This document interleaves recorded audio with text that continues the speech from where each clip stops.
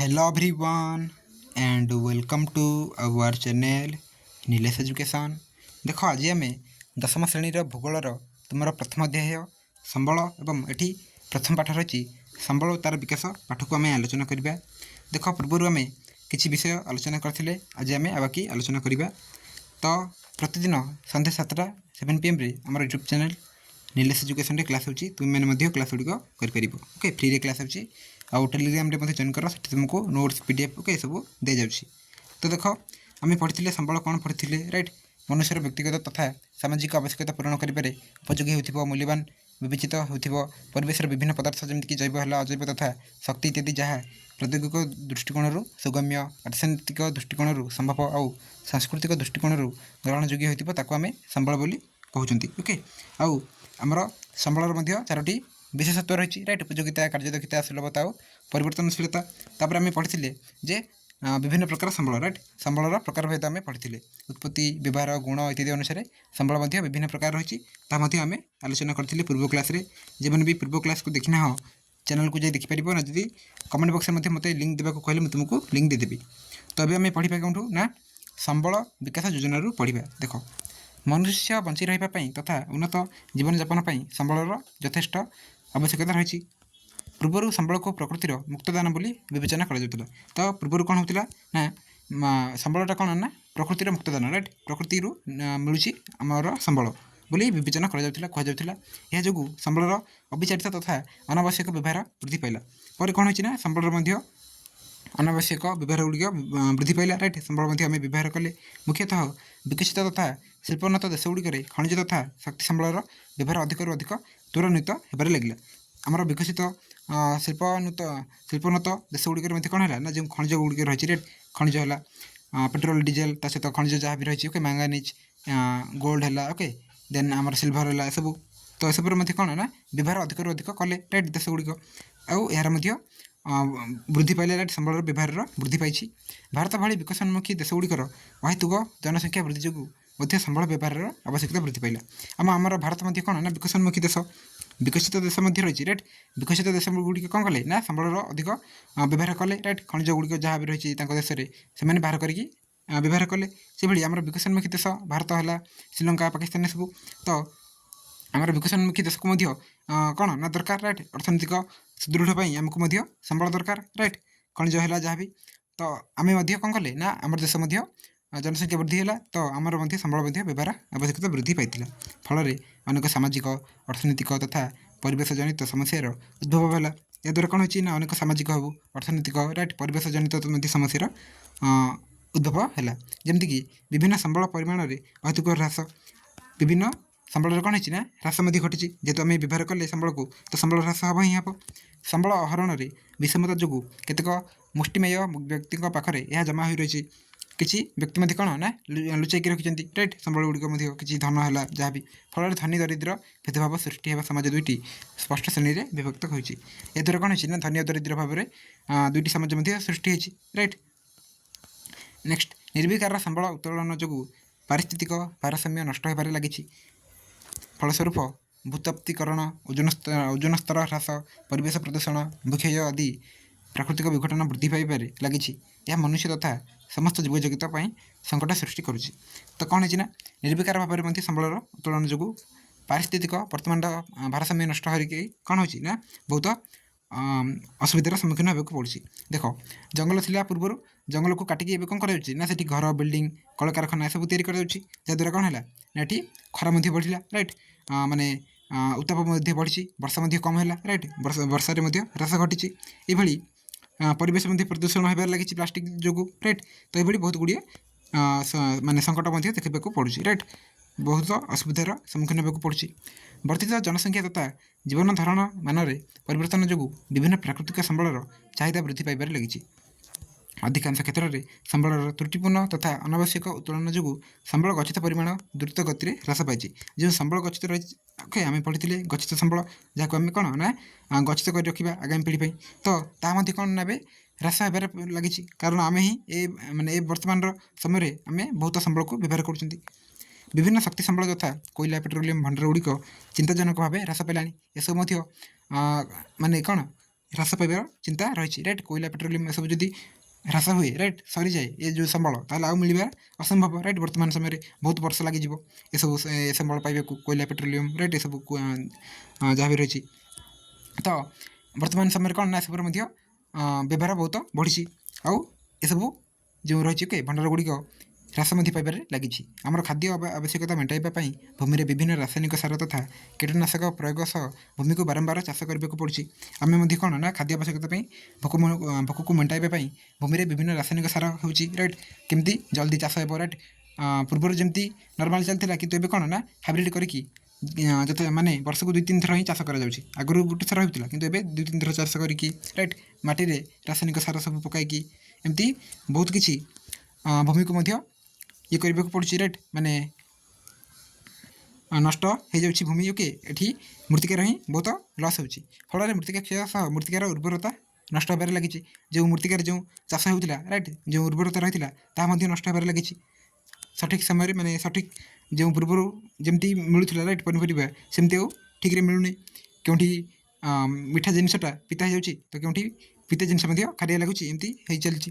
ଖଣି ଖନନ, ଶିଳ୍ପାୟନ, ସହରୀକରଣ ତଥା ବାଣିଜ୍ୟ ବ୍ୟବସାୟ ଆଦି କାର୍ଯ୍ୟକଳାପ ଯୋଗୁଁ ଜଙ୍ଗଲ କ୍ଷୟ ହେବା ସଙ୍ଗେ ସଙ୍ଗେ ପରିବେଶ ପ୍ରଦୂଷଣ ଉଦ୍ବେଗଜନକ ଭାବେ ବୃଦ୍ଧି ପାଇଛି। ବର୍ତ୍ତମାନ ସମୟରେ ମଧ୍ୟ ଜଙ୍ଗଲ କ୍ଷୟ ଚାଲିଛି ରାଇଟ୍। ପରିବେଶ ପ୍ରଦୂଷଣ ବହୁତ କାରଣ ବର୍ତ୍ତମାନର ସମୟରେ ରାଇଟ୍, ଏହା ମଧ୍ୟ ବୃଦ୍ଧି ପାଉଛି ଏବଂ ଆମର ପରିବେଶ ପାଇଁ ମଧ୍ୟ ବହୁତ ହାନିକାରକ ଅଟେ। ସମ୍ବଳର ଅତ୍ୟଧିକ ତଥା ଅନୁଚିତ ବ୍ୟବହାର ସମଗ୍ର ବିଶ୍ୱ ତଥା ମାନବ ସମାଜ ପାଇଁ ବିପଦର ସଙ୍କେତ ହେଉଛି। ଏ ଯେଉଁ ସମ୍ବଳର ଅତ୍ୟଧିକ ଅନୁଚିତ ରାଇଟ୍, ଉଚିତ ନୁହେଁ, ଅନୁଚିତ ବ୍ୟବହାର ନଥିଲେ ମଧ୍ୟ ଆମେ ବ୍ୟବହାର କରୁଛେ ରାଇଟ୍ ଅନାବଶ୍ୟକ ଜାଗାରେ। ତ ତାହାର ମଧ୍ୟ ଯେଉଁ ରହିଛି ତାହା ପାଇଁ କ'ଣ ହେଉଛି ନା ଆମର ବିଶ୍ୱ ପାଇଁ ପିଲାମାନେ ଏଇଟା ବିପଦ ସଙ୍କେତ ସୃଷ୍ଟି କରୁଛି। ପାରିବେଶିକ ଅସନ୍ତୁଳନ ଯୋଗୁଁ ଅନେକ ପ୍ରାଣୀ ଓ ଉଦ୍ଭିଦ ଭୂପୃଷ୍ଠରୁ ଲୋପ ପାଇଲେଣି। ଅନେକ ମଧ୍ୟ ଜୀବଜନ୍ତୁ, ପ୍ରାଣୀ, ଉଦ୍ଭିଦ ସବୁ ଭୂପୃଷ୍ଠରୁ ଲୋପ ପାଇଲେଣି। ଆହୁରି ଅନେକ ପ୍ରାଣୀ ଓ ଉଦ୍ଭିଦ ସଙ୍କଟାପନ୍ନ ସ୍ଥିତିରେ ଉପନୀତ ହେଲେଣି। ସବୁଜ ଜଙ୍ଗଲ ଧ୍ୱଂସ ପାଇବା ଯୋଗୁଁ ଅନେକ ସ୍ଥାନରେ ମରୁଭୂମି ମାନ ସୃଷ୍ଟି ହେଲାଣି। ଯେହେତୁ ସବୁଜ ଜଙ୍ଗଲ ଧ୍ୱଂସ ହୋଇଯାଉଛି, ତେଣୁ ବହୁତ ଜାଗାରେ କ'ଣ ହେଉଛି ନା ମରୁଭୂମି ମଧ୍ୟ ସୃଷ୍ଟି ହେଲାଣି ରାଇଟ୍। ଜଳବାୟୁ ପରିବର୍ତ୍ତନ ଯୋଗୁଁ ବନ୍ୟା ଆସୁଛି, ବାତ୍ୟା ଆସୁଛି, ମରୁଡ଼ି ଆସୁଛି ରାଇଟ୍। ଆଦି ପ୍ରାକୃତିକ ବିପର୍ଯ୍ୟୟ ସମୟରେ ତଥା ବାରମ୍ବାର ସଂଘଟିତ ହେଉଛି। ଠିକ୍ ଏଇଟା ରାଇଟ୍। ଏସବୁ ମାନବ ସମାଜ ପାଇଁ ସତର୍କ ଘଣ୍ଟି ସଦୃଶ। ଏସବୁ କ'ଣ ନା ଗୋଟେ ପ୍ରକାର ସତର୍କ ଘଣ୍ଟି, ଯେ ମାନବ ସମାଜ ସାବଧାନ ହେବ, ନହେଲେ ଆଗକୁ ସ୍ଥିତି ଆହୁରି ଭୟଙ୍କର ହେବ। ସମ୍ବଳର ବିବେକାନୁମୋଦିତ ବ୍ୟବହାର ପାଇଁ ବେଳେ ହିଁ ସାବଧାନ ହେବା ଜରୁରୀ ହୋଇପଡ଼ିଛି। ମଣିଷର ଚାହିଦା ଓ ପ୍ରାକୃତିକ ସମ୍ବଳର ବ୍ୟବହାର ମଧ୍ୟରେ ଏକ ସନ୍ତୁଳନ ରକ୍ଷା କରାଯିବା ନିତାନ୍ତ ଆବଶ୍ୟକ ରାଇଟ୍। ଆମେ କେମିତି ସନ୍ତୁଳନ ରକ୍ଷା କରିକି ସଠିକ୍ ଜାଗାରେ ହିଁ ସମ୍ବଳର ବ୍ୟବହାର କରିବା, ତାହା ଯଦି ରହିବ ତାହେଲେ ଆମେ ନିଶ୍ଚୟ ମାନେ କ'ଣ ଭଲ ରହିପାରିବା। କିନ୍ତୁ ତାହା ଏବେ ହେଉନାହିଁ। ପ୍ରାକୃତିକ ସମ୍ବଳର ଉପଯୁକ୍ତ ପରିଚାଳନା ଓ ବିକାଶ ଦ୍ୱାରା ହିଁ ଆମେ ପୃଥିବୀକୁ ଧ୍ୱଂସମୁଖରୁ ରକ୍ଷା କରିପାରିବା। ତ ଆମେ କେମିତି ଯେଉଁ ଧ୍ୱଂସମୁଖରୁ ରକ୍ଷା କରିପାରିବା ନା, ଆମେ ପ୍ରାକୃତିକ ସମ୍ବଳର ଉପଯୁକ୍ତ ପରିଚାଳନା କରିବା, ଉପଯୁକ୍ତ ବିକାଶ ଦ୍ୱାରା ହିଁ ଆମେ ପୃଥିବୀକୁ ଧ୍ୱଂସମୁଖରୁ ମଧ୍ୟ ରକ୍ଷା କରିପାରିବା। ବହୁତ ବିପଦରୁ ମଧ୍ୟ ଆମେ ବଞ୍ଚିପାରିବା। ନିମ୍ନୋକ୍ତ କେତୋଟି ଗୁରୁତ୍ୱପୂର୍ଣ୍ଣ ଦିଗ ପ୍ରତି ଧ୍ୟାନ ଦେଲେ ଏଠି ଦେଲେ ହେବ। ସମ୍ବଳର ବିକାଶ ତଥା ଉପଯୁକ୍ତ ପରିଚାଳନା ସମ୍ଭବ ହୋଇପାରିବ। ଦେଖ କିଛି ରହିଛି କିଛି ପଏଣ୍ଟ ରହିଛି। କୌଣସି ଦେଶ ବା ଅଞ୍ଚଳରେ ଉପଲବ୍ଧ ସମସ୍ତ ପ୍ରକାର ପ୍ରମାଣିତ ତଥା ସମ୍ଭାବ୍ୟ ସମ୍ବଳର ପରିମାଣ ତଥା ଗୁଣବତ୍ତାର ସଠିକ୍ ମୂଲ୍ୟାୟନ ଆବଶ୍ୟକ। ତ ଯେକୌଣସି ଦେଶରେ ମଧ୍ୟ ଯେକୌଣସି ଅଞ୍ଚଳରେ ଯେତିକି ସମ୍ବଳ ଦରକାର ସେତିକି ହିଁ ବ୍ୟବହାର କରିବା, ଆଉ ବାକି ଅନ୍ୟ ଜାଗାକୁ ଦେବା ରାଇଟ୍। ଯାହାଦ୍ୱାରା କ'ଣ ହେବ ନା ସମ୍ବଳର ଗୋଟେ ସଠିକ୍ ପରିମାଣ ରହିବ ରାଇଟ୍, ଗୋଟେ ସଠିକ୍ ଭାବରେ ପରିଚାଳନା ହୋଇପାରିବ। ଉଭୟ କ୍ଷୟଶୀଳ ତଥା ଭରଣଯୋଗ୍ୟ ସମ୍ବଳର ବୈଜ୍ଞାନିକ ପଦ୍ଧତିରେ ସଚେତନ ଉପଯୋଗ କରିବା ଉଚିତ। ଉଭୟ କ୍ଷୟଶୀଳ ଆଉ ଭରଣଯୋଗ୍ୟ ସମ୍ବଳର ମଧ୍ୟ ବୈଜ୍ଞାନିକ ପଦ୍ଧତିରେ ସଚେତନ ଉପଯୋଗ କରିବା ଉଚିତ। ମାନେ ଯାହା ମଧ୍ୟ ରହିଛି ରାଇଟ୍, ଆମର ଗଛ ସମ୍ବଳ କିଛି ରହିଛି ରାଇଟ୍, କିଛି ସମ୍ବଳ ରହିଛି ଏବେ ନହେଲେ ଆମେ ଆଗକୁ ତାକୁ ବ୍ୟବହାର କରିପାରିବା। କିଛି ସମ୍ବଳ ରହିଛି ଆମେ ତାକୁ ଆଗାମୀ ବର୍ଷ ପାଇଁ କ'ଣ କରିବା ନା ଭଣ୍ଡାର ଆକାରରେ ରଖିବା ରାଇଟ୍। ଏସବୁ ଯଦି ଆମେ କରିବା ତାହେଲେ ନିଶ୍ଚୟ ଏଠୁ ଏହା କରିବା ଉଚିତ। ଏଠୁ ଆମେ ମୁକ୍ତି ପାଇପାରିବା। ସମ୍ବଳର ଉତ୍ପାଦିକା ବୃଦ୍ଧି ପାଇଁ ପଦକ୍ଷେପ ନେବାର ଆବଶ୍ୟକତା ରହିଛି। ଉଦାହରଣ ସ୍ୱରୂପ ଉପଯୁକ୍ତ ପରିମାଣର ସାର ପ୍ରୟୋଗ ଦ୍ୱାରା ବା ଫସଲ ଚକ୍ର ମାଧ୍ୟମରେ ମୃତ୍ତିକାର ଉର୍ବରତା ବୃଦ୍ଧି କରାଯାଇପାରିବ। ତ ଉପଯୁକ୍ତ ପରିମାଣର ସାର ପ୍ରୟୋଗ ଦ୍ୱାରା କ'ଣ ହେବ ନା ଆମର ଫସଲ ଚକ୍ର ଯେଉଁ ରହିଛି ତାହା ମଧ୍ୟ ସଠିକ୍ ଭାବରେ କାମ ଦେବ ରାଇଟ୍। ଆଉ ମନ ଇଚ୍ଛା ଯଦି ଆମେ ସାର ପ୍ରୟୋଗ କରିବା ତାହେଲେ ଭୂମି ପାଇଁ ବହୁତ ହାନିକାରକ ରାଇଟ୍। ଉର୍ବରତା ମଧ୍ୟ ହ୍ରାସ ପାଉଛି ମୃତ୍ତିକାର। 4 ନମ୍ବର ଅଛି ବର୍ତ୍ତମାନ ସମୟର ନିମ୍ନମାନ ବିଶିଷ୍ଟ ତଥା ବ୍ୟବହାର ଅଯୋଗ୍ୟ ସମ୍ବଳକୁ ନଷ୍ଟ କରିବା ଉଚିତ ନୁହେଁ। ଯେଉଁ ସମ୍ବଳ ଯାହା ଦରକାର ତାହା आम कौन व्यवहार करवा ना जदि सेमती ही थाऊ किंतु आम कौन कर नष्ट किसी कर रेट नूतन ज्ञान कौशल उद्भव सह सेगुड़ी व्यवहार करहब कि संबल रही जहाँ आमर बर्तमान व्यवहार आसुना किंतु नूतन ज्ञान कौशल है कि आगामी पीढ़ी बहुत ता कम दे पार तो ताकू आम कौन करवा ना रखा राइट ताकू आम सचेतन सह रखा उचित। नेक्स्ट 5 नंबर पॉइंट रही दुर्लभ संबल गुड़िकर उपलब्धता निश्चय करने एकांत जरूरी आवश्यक स्थल एगुड़िकर विकल्प संबल उद्भावना करा जरूरी विकल्प संबल भरणयोग्य है स्वागत योग्य दुर्लभ संबल गुड़िक राइट रही जो गुड़ाक ओके जो संबल गुड़िक ताकू आमको कौन करने को पड़ो ना तार उद्भावन करने को पड़ो राइट जो गुड़ाक आवश्यक आमको तार उपयोग करवा जहाँ आमर आवश्यक ना ताकू आम रखि राइट आगामी पीढ़ी हो कि नूतन ज्ञान कौशल एवं विकल्प संबल भरण योग्य आमर स्वागत योग्य राइट विकल्प संबल भरण योग्य आमर स्वागत योग्य है आवश्यक राइट संबल आवश्यकता वृद्धि पाई अधिकरू अधिक भरण योग्य विकल्प संबल उद्भावना और व्यवहार आवश्यक हो पड़ी से विकल्प संबल गुड़िकर तालिका वर्षक वर्ष प्रकाशित है आवश्यक तो जो संबल ह्रास पाँच तार कौन ना तालिका प्रकाश करने उचित क्यों संबल ह्रास पाँच क्योंठी केते संबल व्यवहार होची राइट क्यों जगार तादी लिस्ट डाटा रहा बहुत हेल्प हो पार संबलर सुसंहत तथा बहुमुखी व्यवहार उपरे गुरुत्वारोप करने दरकार तो संबलर सुसंहत तथा बहुमुखी व्यवहार माने जो देश बहुमुखी राइट माने जी दरकार से पुणी अधिक जदि व्यवहार करेंगे ताले सीटा बैन करने उचित राइट गोटे देश गोटे अंचल जी संबल दरकार जदि से ही आवश्यक राइट जी आवश्यक से दि दी जाऊँगी कि व्यवहार कर ठीक किंतु अधिक जदि ओके अधिक जदि व्यवहार करेंगे ताले सीटा कौन हम ना अन्य जगह अन्य देश कौन ना सीटा माने कौन हम कमी राइट ताद्वारा आमर विपद माने असुविधा सृष्टि हो। नेक्स्ट देख संबलर असमान बंटन जो केतक स्थान में संबल विनियोग अधिक होची तो अन्य स्थान में स्वल्प विनियोग होची आमर जो असमान बंटन जो कौन होची ना किसी देश को किसी अंचल को संबल विनियोग अधिक होची राइट संबलटा अधिक नहीं जाऊँ किसी जगह स्वल्प विनियोग होची राइट कम ही मिलूँ संबल किंतु सबू अंचल संबलर विकास तथा नवीकरण सम भाव में होगा आवश्यक सब अंचल जदि सठिक भाव में होगा सीटा ठीक है स्वल्प विनियोग अधिक विनियोग भाई हानिकारक जमती कम कम व्यवहार राइट संबलर कम व्यवहार जमती हानिकारक सेमती अधिक विनियोग करने हानिकारक बोली कहुई संबलर सुसंहत विनियोग द्वारा सामाजिक भारसाम्य रक्षा कर तो आम जदि सुसंहत विनियोग करवा राइट सठिक विनियोग करवा संबलर ताले आम निश्चय रक्षा कर सामाजिक भारसाम्य को संबल संरक्षण पर उपयुक्त विधि विधान आवश्यकता रही। 10 नंबर से सर्वोपरि जनसाधारण मध्य शिक्षा और सचेतनता सृष्टि द्वारा ही संबलर उपयुक्त विकास और विवेकानुमोदित व्यवहार संभव हो लोक सामाजिक आर्थिक तथा सांस्कृतिक विकास द्वारा ही संबल विकास योजनार सफल मिल पार तो संबल विकास योजनार सफल केमती मिल पार ना समस्ते जनसाधारण राइट शिक्षा सचेतनता द्वारा कौन है ना उपयुक्त विकास राइट संबलर उपयुक्त विकास विवेकानुमोदित व्यवहार संभव हो आउ लोक जो सामाजिक आर्थिक सांस्कृतिक जो विकास रही संबल विकास योजनार सफल मिल पार।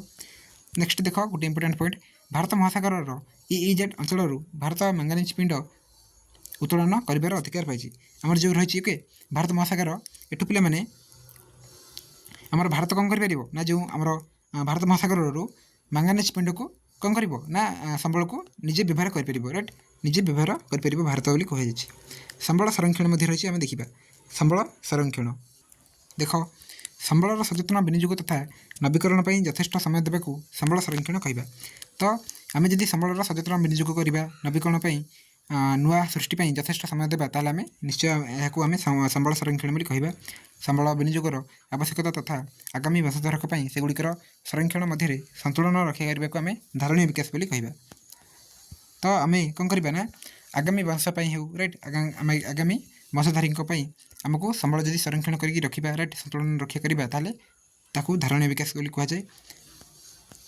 संबल संरक्षण वास्तव तथा मौलिक उद्देश्य होची जीवन धारण अपरिहार्य परिवेश सुरक्षा आउ परिसंस्था को विनियोग करने सत्वे परिसंस्थार अंतर्निहित क्षमता को अक्षुण्ण रखा एवं जैव विविधताको सुरक्षित रखिबा।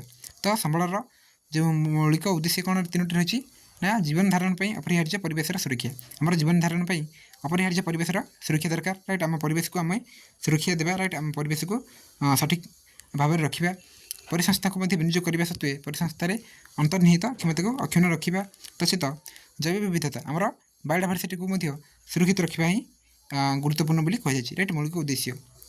देन देख धारणीय विकास विषय किसी रही पृथ्वीर समस्त जीवजंतु प्रति सामान और यत्नशील होगा मनुष्यर जीवन धारण मान उन्नति आने पृथ्वीर सामर्थ्य और विविधतार संरक्षण करने प्राकृतिक संबलर अवक्षय यथासंभव ह्रास करने परिवेश प्रति व्यक्तिगत आभिमुख्य और व्यवहार में परिवर्तन आने विभिन्न अंचलवासी को सेमानक परिवेश प्रति यत्नवान होगापी सक्षम कराइबा यह कौन ना धारणीय विकास किसी विशेषत्व राइट आम जीवजंतु प्रति राइट यत्नशील होगा सहित जीवन धारण मान आमको उन्नति आने को पड़ो पृथ्वीर सामर्थ्य विविधतार संरक्षण करने संबल को सठिक उपयोग करने प्राकृतिक संबलर अवक्षय यथासंभव ह्रास करने यदि प्राकृतिक संबलर कौन होना अवक्षय हो राइट तेल आम कौन करना ह्रास करवा जो जी संबल आवश्यक आम से ही व्यवहार करवा परिवेश प्रति व्यक्तिगत आभिमुख्य और व्यवहार में परिवर्तन आने विभिन्न अंचलवासी को कौन करवा ना परिवेश प्रति केमती यत्नवान हे ताम कराइबा ओके सक्षम कराइबा को पड़ो ताले आम आग को बढ़ीपर संबल संरक्षण मुख्य तीनोटी उपाय होची संबल व्यवहार यथोचित ह्रास संबलर पुनः चक्रीकरण कौशल अवलंबन और संबलर पुनः व्यवहार माध्यम समस्त प्रकार संबलर संरक्षण तो संबलर तीनोटी उपाय रही राइट संबलर संरक्षण संबल व्यवहार को यथोचित ह्रास संबल व्यवहार को कौन करें ना जी उचित ताको आम व्यवहार करवा जदि अधिक हो राइट आवश्यकता ठार अधिक जब व्यवहार होमें ह्रास करने को पड़ो पुनः चाकरीकरण आम पुनः चाकरीकरण कौशल को अवलंबन करवा जमीक के प्लास्टिक रही राइट प्लास्टिक को आम कौन कर ना रिसाइकल कर रिसाइकल करके आम पुणी थे व्यवहार कर ओके तेणु ये जो रही ये जो कौशल आमको जानवा पड़ो संबल आम केमती पुणी थे माने कौन पुणी रिसाइकल करके केमती आम पुणी व्यवहार कर से कौशल आमको जानवा पड़ो संबलर पुनः व्यवहार माध्यम समस्त प्रकार संबलर संरक्षण हो पार। नेक्स्ट भारत में संबल संरक्षण और योजना संबल संरक्षण और योजना एक जटिल प्रक्रिया मुख्यतः 5 गोटी प्रक्रिया पर संबल योजना निर्भर करता है देख विभिन्न कार्यपाई संबलर आवश्यकता निर्धारण और संबल प्राप्ति स्थान चिन्हटीकरण और संबल चाहिदार परिमाण आकलन तो विभिन्न कार्यपाई पे कौन ना आमर संबलर आवश्यकता निर्धारण करने को पड़ो संबल प्राप्ति स्थान चिन्हटीकरण ता सहित संबल चाहिदार परिमाण आकलन करने पड़ो खरा रही संबलर गच्छित परिमाण और विकास स्तर आकलन संबलर कौन ना गच्छित संबल को आमको गच्छित भाव रखा पड़ो विकास स्तर आकलन करने को पड़ो यार सर्वेक्षण मानचित्रीकरण और संख्यात्मक तथा गुणात्मक मूल्यांकन दरकार संबल उत्तोलन क्रियात्मक मूल्य और व्यवहार तथा योजना संरचना प्रस्तुतिकरण करने को पड़ो यह पुनः व्यवहार संबंधी योजना आमको करने को पड़ो संबल उत्तोलन आवश्यक यंत्रपातिर उपलब्धि उपयुक्त कौशल और प्रजुक्ति विद्या बजार मूल्य निर्धारण अनुष्ठान अवस्थान इत्यादि संबल विकास संबंधी प्रक्रियार अवलंबन उपर आधारित योजना प्रणयन तो आम केमती संबल कौन करवा ना क्रियात्मक राइट आम क्रियात्मक मूल्य पर ध्यान देवा सहित केमती पुनः व्यवहार कर से विषय में आमको जानवा पड़ो से विषय आमको योजना करने को पड़ो संबल उत्तोलन आवश्यक यंत्रपाति जहाँ भी रही राइट आम जो संबल को व्यवहार करें बाहर कर राइट जो संबल को तो तार जो यंत्रपाति जहाँ दरकार पड़ुची तार उपलब्धि होगा पड़ो उपयुक्त कौशल दरकार राइट ज्ञान कौशल माध्यम आम संबलर संचय कर राइट संबल को संरक्षण दे पार प्रजुक्ति विद्या बजार मूल्य निर्धारण अनुष्ठान अवस्थान इत्यादि संबल विकास संबंधी प्रक्रिया अवलंबन उपर आधारित योजना प्रणयन करने को पड़ो संबल विकास योजना और जातीय विकास योजना मध्य समन्वित स्थापन या विभिन्न अंचल संबल संग्रह व्यवहार तथा परिचालन उपर निर्भर करता है बजार यातायात परिवहन इत्यादि मुख्य भूमिका ग्रहण करता तो नूतन और विकल्प संबलर आविष्कार संबंधी गवेषणा कार्यक्रम योजना नेक्स्ट देख संबलर यथोचित व्यवहार होची योजनार मूल लक्ष्य तो मूल लक्ष्यटा कौन ये ना संबलर पे यथोचित व्यवहार होची योजना लाभर माने आम योजनार मूल लक्ष्य राइट आम जी आवश्यक से व्यवहार करवा ଭାରତ ପରି ଏକ ବୃହତ୍ ଜନସଂଖ୍ୟା ବିଶିଷ୍ଟ ଓ ବିଭିନ୍ନ ସମ୍ବଳରେ ପରିପୂର୍ଣ୍ଣ ଦେଶ ପାଇଁ ସମ୍ବଳ ଯୋଜନାର ପ୍ରାଧାନ୍ୟ ଓ ଆବଶ୍ୟକତା ଯଥେଷ୍ଟ ଅଧିକ।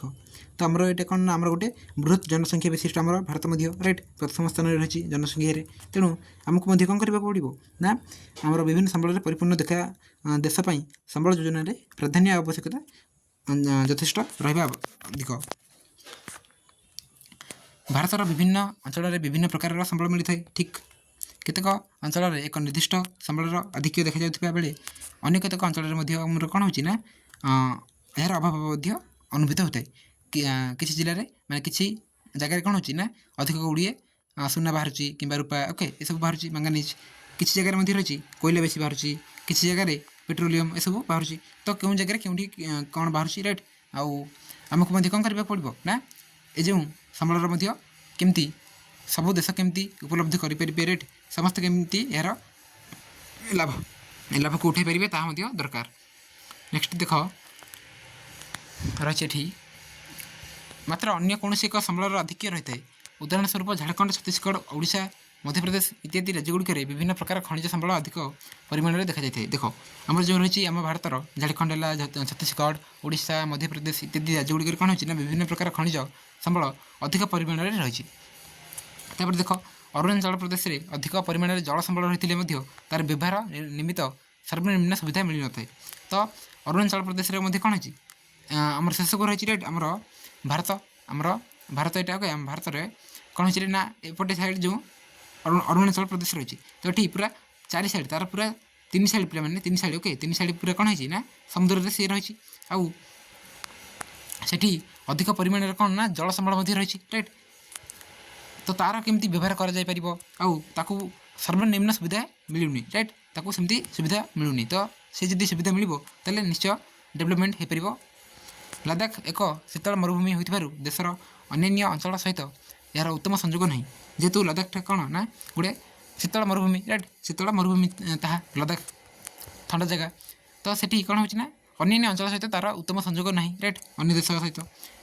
ସେଥିପାଇଁ ସମ୍ବଳର ସୁବିନିଯୋଗ ନିମିତ୍ତ ଏକ ସୁଚିନ୍ତିତ ଯୋଜନାର ଆବଶ୍ୟକତା ରହିଛି। କେମିତି ଆମ ଭାରତର ପ୍ରତିଟି ଲୋକ ମାନେ ପ୍ରତିଟି ଜାଗାରେ ପ୍ରତିଟି ଦେଶ ପାଇଁ ମାନେ ପ୍ରତିଟି ରାଜ୍ୟର କେମିତି ଲୋକମାନେ ସମ୍ବଳକୁ ବ୍ୟବହାର କରିପାରିବେ। ଯେଉଁଠି ଅଧିକ ବାହାରୁଛି ସମ୍ବଳ ରାଇଟ୍, ଅଧିକ ସମ୍ବଳର ଉତ୍ପତ୍ତି ହେଉଛି ତ ସେଠି କେମିତି ପୁରା ଭାରତକୁ କ'ଣ କରାଯିବ ନା ଭାରତରେ କେମିତି ଭାରତ ବ୍ୟବହାର କରିପାରିବ, ଏହା ହିଁ ଅତ୍ୟନ୍ତ ଆବଶ୍ୟକ। ପ୍ରାକୃତିକ ସମ୍ବଳଗୁଡ଼ିକ ବିବେକାନୁମୋଦିତ ଭାବେ ବ୍ୟବହୃତ ହେଉଛି କି ନାହିଁ ସେ ସମ୍ବନ୍ଧରେ ସଚେତନ ରହିବା ସମସ୍ତଙ୍କ ପାଇଁ ନିତାନ୍ତ ଆବଶ୍ୟକ ଅଟେ। ଏହା ବ୍ୟତୀତ ସେଗୁଡ଼ିକର କିପରି ପୁନଃଭରଣ ହୋଇପାରିବ ସେଥିପାଇଁ ନିର୍ଦ୍ଦିଷ୍ଟ ଉପାୟମାନ ବ୍ୟବହାର କରାଯିବା ଦରକାର। ପ୍ରାକୃତିକ ସମ୍ବଳଗୁଡ଼ିକର ବ୍ୟବହାର କରିବାରେ ମିତବ୍ୟୟିତା ଅବଲମ୍ବନ କରିବା ଓ ସେଗୁଡ଼ିକର ସଂରକ୍ଷଣ ପାଇଁ ଉପଯୁକ୍ତ ପଦକ୍ଷେପ ନେବା ହେଉଛି ପ୍ରକୃଷ୍ଟ ପନ୍ଥା। କୋଇଲା ଓ ଖଣିଜ ତୈଳ ଅବିରତ ବ୍ୟବହୃତ ହେଲେ ଏ ଶତାବ୍ଦୀ ମଧ୍ୟରେ ତାହା ଶେଷ ହୋଇଯିବ। ଆମର ବର୍ତ୍ତମାନ କେତେ ଶତାବ୍ଦୀ ଚାଲିଛି ରେ ଏକବିଂଶ ଓକେ। ତ ଏକବିଂଶ ମାନେ କ'ଣ ଆମର 2000ରୁ ଆରମ୍ଭ କରି 2019 ଓକେ 2019 ପର୍ଯ୍ୟନ୍ତ ହେଉଛି ଆମର ଶତାବ୍ଦୀ ରାଇଟ୍। ତ ଆମେ ଯଦି ସଠିକ୍ ବ୍ୟବହାର କରିବାନି କୋଇଲା ଓ ଖଣିଜ ତୈଳର ତାହେଲେ ଏହି ବର୍ଷ ମାନେ ଏହି ଶତାବ୍ଦୀ ମଧ୍ୟରେ କ'ଣ ହେବ ନା ତାହା ଶେଷ ହୋଇଯିବ। ତେଣୁ ଶକ୍ତିର ବିକଳ୍ପ ଉତ୍ସ ଭାବରେ ସୌରଶକ୍ତି, ପବନ ଶକ୍ତି, ଜୈବ ଗ୍ୟାସ୍ ଇତ୍ୟାଦିର ବ୍ୟବହାର ପ୍ରତି ପ୍ରୋତ୍ସାହନ ଓ ସୁଯୋଗ ସୃଷ୍ଟି କରିବା ଆବଶ୍ୟକ। ଏମିତି ଗୋଟେ କାମ ଅଛି ଯେଉଁଠି କୋଇଲା ଅତ୍ୟନ୍ତ ଆବଶ୍ୟକ, ଯେଉଁ ଖଣିଜ ସମ୍ବଳ ମଧ୍ୟ ଅତ୍ୟନ୍ତ ଆବଶ୍ୟକ ଓକେ। ତ ଏସବୁର ଆବଶ୍ୟକ ରହିଛି କିଛି ଜାଗାରେ ଏବଂ ଏମିତି ମଧ୍ୟ କିଛି ଜାଗା ଅଛି ଯେଉଁଠି ଏସବୁର ଏତେ ବି ଆବଶ୍ୟକ ନାହିଁ ରାଇଟ୍। ଏହାର ବିକଳ୍ପ ମଧ୍ୟ ରହିଛି ଯେମିତିକି ବିନା କୋଇଲା କିମ୍ବା ବିନା ଖଣିଜ ସମ୍ବଳରେ ଅନ୍ୟ ମଧ୍ୟ କିଛି ଏହାର ବିକଳ୍ପ ରହିଛି ଯେମିତିକି ସୌରଶକ୍ତି ହେଲା, ପବନ ଶକ୍ତି ରାଇଟ୍, ଏସବୁରେ ମଧ୍ୟ କାମ ହୋଇପାରିବ। ତ ଆମକୁ ସେଇଟା ଦେଖିକି ଆମକୁ ତାହା କରିବାକୁ ପଡ଼ିବ ଏବଂ ଆମକୁ ସଂରକ୍ଷଣ କରିବାକୁ ପଡ଼ିବ ଯେଉଁ କୋଇଲା ହେଲା ରାଇଟ୍ ଯାହା ବି ରହିଛି ଓକେ, କୋଇଲା ଖଣିଜ ତୈଳ ଏସବୁ। ଦେନ୍ ଦେଖ ଶକ୍ତିର ମଧ୍ୟ ବିକଳ୍ପ ଉତ୍ସ ଭାବରେ ସୌରଶକ୍ତି, ପବନ ଶକ୍ତି, ଜୈବ ଗ୍ୟାସ୍ ଇତ୍ୟାଦିର ମଧ୍ୟ ବ୍ୟବହାର ପ୍ରତି ପ୍ରୋତ୍ସାହନ ଓ ସୁଯୋଗ ସୃଷ୍ଟି କରିବା ଆବଶ୍ୟକ। ଏସବୁ ମଧ୍ୟ ଆମେ ବ୍ୟବହାର କରିପାରିବା କାରଣ ଏସବୁ ଅସରନ୍ତି ସମ୍ବଳ ନା, ଏସବୁ ସରନ୍ତି ସମ୍ବଳ ଗୁଡ଼ିକ। ସେଥିପାଇଁ ବାୟୁ, ଜଳ, ମୃତ୍ତିକା ଓ ଅରଣ୍ୟ ଆଦି ପ୍ରାକୃତିକ ସମ୍ବଳର ବ୍ୟବହାରରେ ସତର୍କତା ଅବଲମ୍ବନ କରିବା, ସେଗୁଡ଼ିକୁ ପ୍ରଦୂଷଣ ମୁକ୍ତ କରିବା ଏବଂ ବିଶେଷ ଭାବ ସଂରକ୍ଷଣ କରିବା ନିହାତି ଦରକାର। तो वायु है जल है माटी ओके अरण्य सब कौन ना आम संबल व्यवहार सतर्कता अवलम्बन करके सठिक भाव में प्रदूषण मुक्त करके आम केमती रखिपर ताकू आमको देखा पड़ो राइट। यह ही संरक्षण कर निहाती दरकार। प्रदूषण ह्रास करने एवं समग्र विश्व में उद्यम हो भारत मध्य जन सचेतनता जागृत करने सह विभिन्न वैज्ञानिक उपाय प्रदूषण नियंत्रण करने नूतन पद्धति आउ विभिन्न आईन सहायता नेउछि। तो ये विभिन्न प्रकार योजना बाहर रेट तो कार्यकारी हो किंतु बहुत कार्यकारी दरकार राइट। बहुत योजना बाहर अच्छी आम परिवेश भारत स्वाधीनता पाइला पर प्रथम पंचवार्षिक योजना ठारू संबल योजनार लक्ष्य हासिल करने चेष्टा कर प्रकृति और प्राकृतिक संबलर संरक्षण एक अंतर्जातीय संस्था बा international union for conservation of nature and natural resources बा IUCN गठित होची हमरा प्रकृति है प्राकृतिक संबलर संरक्षण राइट। अंतर्जातिक संस्था यहाँ international union for conservation of nature and natural resources IUCN जातिसंघर एक सदस्य देश भाव में भारत यार नीति को ग्रहण कर प्राकृतिक संबलर संरक्षण उपयुक्त पदक्षेप मान नौची। तो जातिसंघर जड़े सदस्य भाव में किए ना आम भारत ये जो नीति रही राइट IUCN जहाँ भी नीति बाहर राइट या नहीं आम देश भारत कौन ना उपयुक्त पदक्षेप मान नौची। वन्यजंतु संरक्षण योजना माध्यम ये संस्था 5 कोटी जातिर संख्या प्रति दृष्टि देउछि। एठी मध्ये रही वन्यजंतु संरक्षण राइट आम वन्यजंतु मानक केमती संरक्षण करें ताकू नहीं योजना रही। तो ये 5 कोटी जातिर संख्या प्रति दृष्टि दी जाए सेगुड़िक है विलुप्त बा निश्चिन्न जोगुड़ाक विलुप्त राइट आउ ना सेगुड़ाक ना कि आम देखा पाइपर ना सेगुड़िक आउ ना निश्चिन्न राइट तार चिन्ह बर्ण ना विलुप्त निश्चिन्न ता सहित विपद संकुल जाति किसी जो रही ओके वन्यजंतु सेगुड़िक विपद संकुल जाति रही उद्भिद है किसी गछ है किसी पशु पक्षी रही राइट एमती कौन ना विपद संकुल जाति विपद रही आशंका अच्छी से पुणी विलुप्त हो पारती राइट। असुरक्षित जाति किसी जाति को सुरक्षित माने सुरक्षा दी जाए ना राइट असुरक्षित जाति रही दुर्लभ जाति एवं कम जना अजଣା जाति ये सब को दृष्टि दी जाए। अरण्यर सुरक्षा जैव विविधतार संरक्षण उपरे अधिक दृष्टि दी जाए। अरण्य क्षय रोकने को जंगल सुरक्षा आईन प्रणयन कर अरण्य क्षय राइट आम जंगल क्षय को रोकने को कौन कर जंगल सुरक्षा आईन प्रणयन कर राइट ये आईन रही जंगल सुरक्षा आईन। नेक्स्ट प्राकृतिक संबलर संरक्षण द्वारा विश्व जलवायु परिवर्तन को स्वाभाविक कर चेष्टा कर भारत 1992 रिओडी जानेरियो विश्व बैठक 1922 ओके सॉरी 1992 जोगदे प्राकृतिक संबल और प्राकृतिक परिवेश संरक्षण निमित्त अधिक ध्यान देउछि केमती जो ओके ये ना प्राकृतिक संबलर संरक्षण द्वारा विश्व जलवायु राइट आम विश्व जलवायु एनवायरमेंट को केमती भल रखिपर राइट से जो चेंजेस आसको स्वाभाविक कर योजना गुड़िक करम भारत कौन कर 1992 रिओडी जानेरियो विश्व बैठक में जोगदे प्राकृतिक संबल और प्राकृतिक परिवेश संरक्षण निमित्त अधिक ध्यान देउछि।